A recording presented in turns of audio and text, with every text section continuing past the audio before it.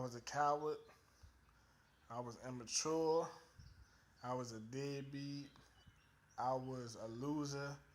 All them words was me.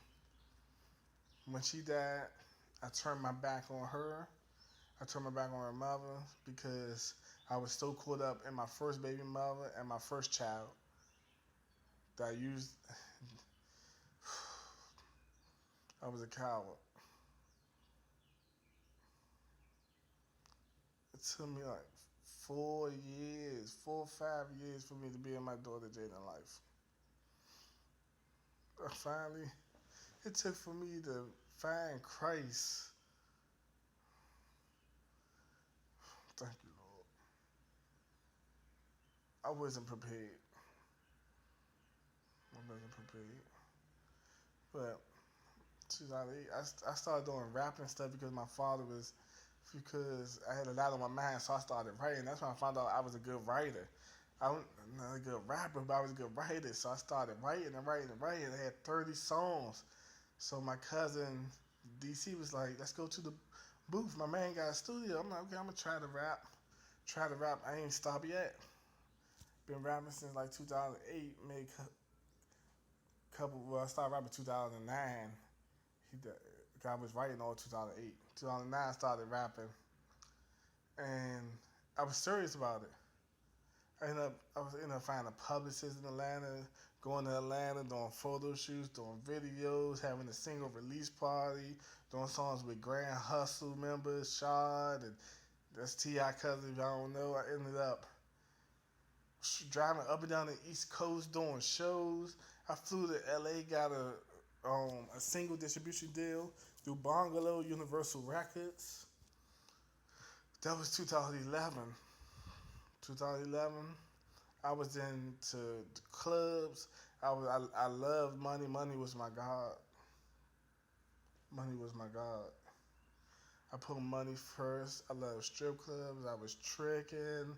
I was doing everything you could think of except for drugs. I rapped about bottles, but I never in my life drank, and I never in my life smoked or did any type of drug. I'm 135% drug free. Let's put that on the books. Sober. I never did anything. That stuff that I used to rap about was just so I could be on. It was a lie. I never popped a bottle. I broke bottles for my fans and my supporters that came out. Honest to God, that was the only thing I did. I took broke bottles, took a picture of because I had the image to keep up. But I had at that time I had a nice candy painted green Impala, like a 2007 Impala, newer body style, candy green, TVs and all that good stuff.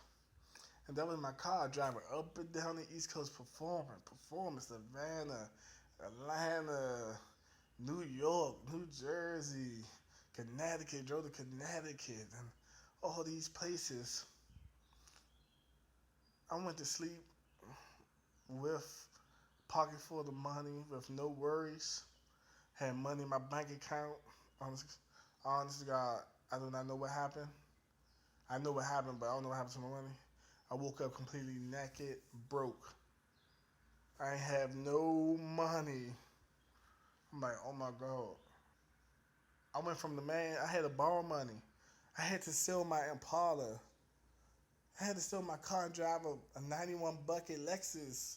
I went from doing the man to doing everything I wanted to do, anything I wanted to do, to doing nothing, to borrowing money. I remember when oh my God, thank you, Lord. I knew it was God.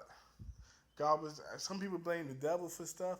Devil took this, devil took that. No, sometimes God will knock you down, strip you, and put you in a position where you don't have no.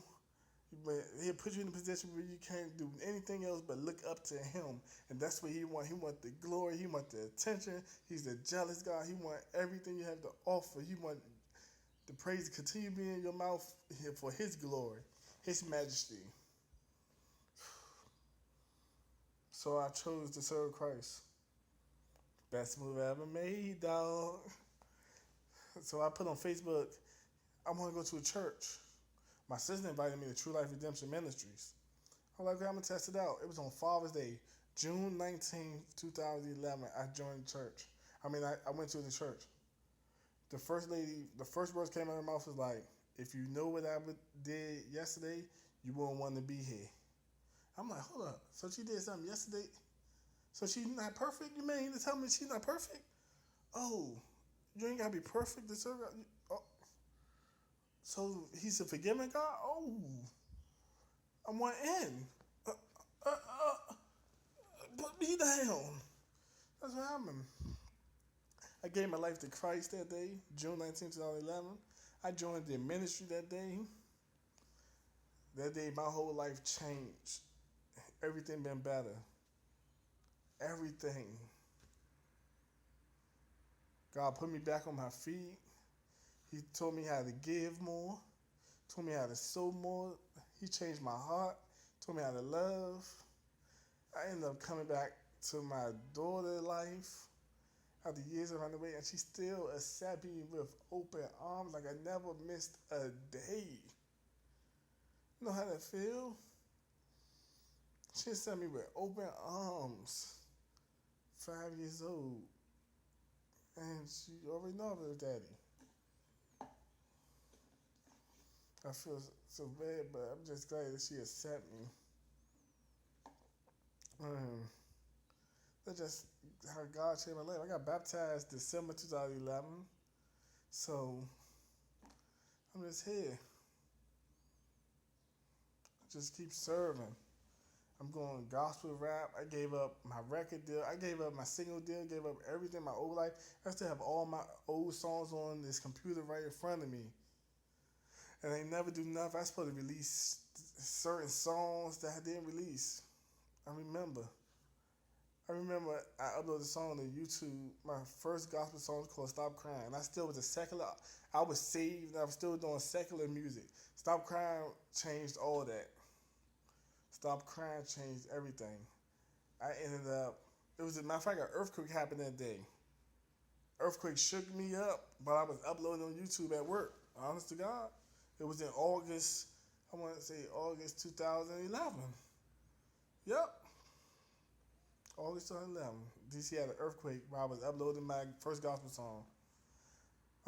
Rest in peace is Sheila Stewart. Sheila Stewart was the first person to give me an opportunity to perform gospel. She invited me to her church.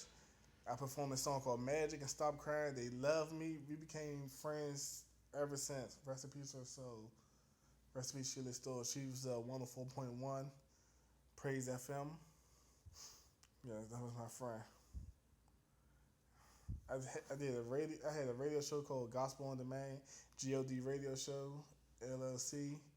I met a couple people. I met a lot of people, and it was very fun. I did the Saints Lounge in 2014 for about 4 or 5 months straight.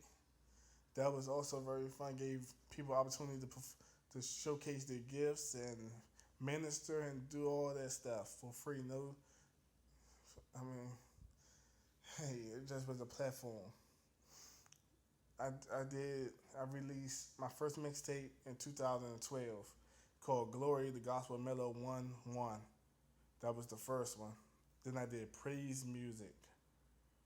No, I did Triple G's God's Glory Game. That was featuring me, Mike Rose, and his trainer. That was a straight street ministry. Um, that was straight for the lost to find God. I did Praise Music mixtape. I had D Black on there, Mark Collins, Miss Trainer, Mike Rose. But now I'm working on Glory, the Gospel of Melo 619. I call it the Gospel of Melo 619 because 619 was the day I gave my life to Christ. That's a very important date. And Pastor David Venable told me to remember the day you got saved. And I will never get 619-11. That was the day. But I want to thank everybody for the support. Thank y'all for every like, every comment, every inbox, every suggestion, every criticism, everything y'all do. Thank you. Because sometimes it feel like just me and God. But I know some people out there that strongly support me. Thank you for your prayers. Thank you for your fellowship. Thank you for sharing and talking about me, thinking of me. Thank you for everything. Thank you for downloading the mixtapes. Everything. Thank you. By the way, I'm Gospel Mellow. Yes, I kept mellow because I am mellow. That's everything about me that describes me.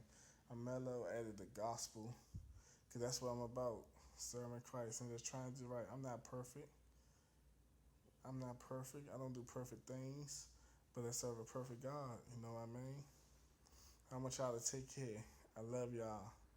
Thank y'all for watching. This is the Gospel of Melo, you know, and I'm out. Love y'all. Stay blessed.